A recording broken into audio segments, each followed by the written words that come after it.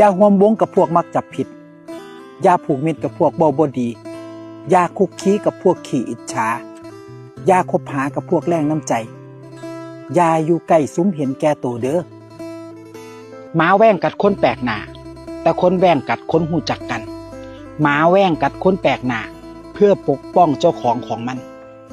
แต่คนแว่งกัดคนหูจักกันเพื่อตัวเจ้าของคนกับหมาแตกต่างกันตรงที่หมาเป็นหมาตั้งแต่ต้นจนจบแต่คน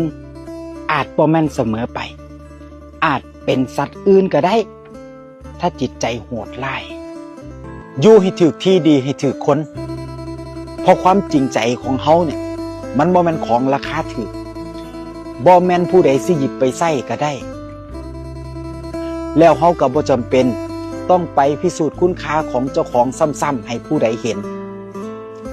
เพราะถ้าเขาคู่ควรเขาสิให้เกียรติเฮาโดยที่บ่ต้องร้องขออีหยังเลยปล่อยให้เวลา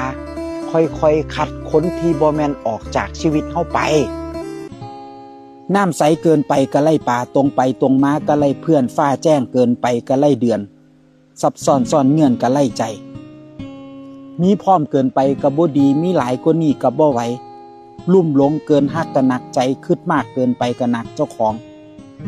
อ่อนน้อมถ่อมตนก็เสียเชิงตะเพิดเปิดเปิงก็เสียผลเข้มงวดเกินไปก็เสียคนยอมให้สุคนก็เสียการพอให้ได้พอละพอดียวนท่วนที่พอให้ผ่านพอดับพอดีพอประมาณเดินทางสายกลางเพิ่นว่าปลอดภัยชีวิตคนเฮาก็ซ้ำนี่สำเร็จเขาก็อิจฉาล้มเหลวมากเขาก็ดูถูกตอนรุ่งเรืองมีแต่คนตอมตอนล่วงลงมามีแต่คนเหยียบซ้ำยามมีเงินคำบอกก็กลายเป็นปรัชญาบ่มีเงินบอกปรัชญาเขาก็ว่าปัญญาอ่อนตายอยู่ไสก็ดีแต่อย่าตายเพราะขี้ปากผู้ใด